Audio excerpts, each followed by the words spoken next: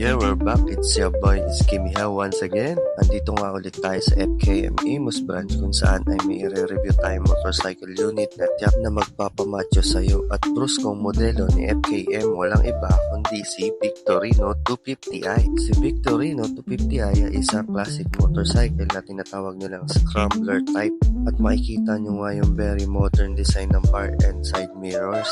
Dito nga ako nagulat dahil naka-metal engine cover kaya pwede sa mga rough roads at hindi basta-basta madadamage ang engine. Very safe, naka-mix digital and analog speedometer na rin siya na napaka-minimalistic with retro style headlights na naka-grills na rin siya para safe din yung headlights with flexible turn signal lights.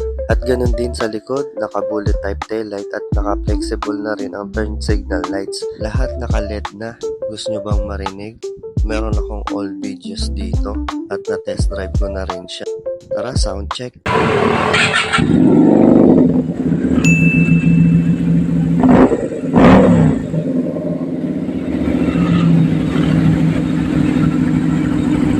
O, diba? Ang angas. Nung na-test drive ko nga yan, parang kakatapos ko lang mag-gym eh.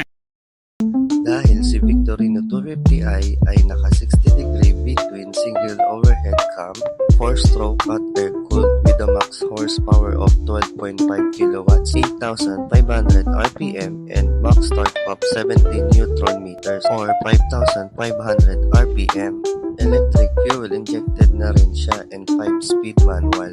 Telescopic fork suspension sa front and sa rear naman is hydraulic monoshock. Ang front tire niya ay may sukat na 100 by 80 by 17 at ang rear tire naman ay may 130 by 90 by 50. Sa brakes naman ay naka-disc front and rear wheelbase of 1,430mm.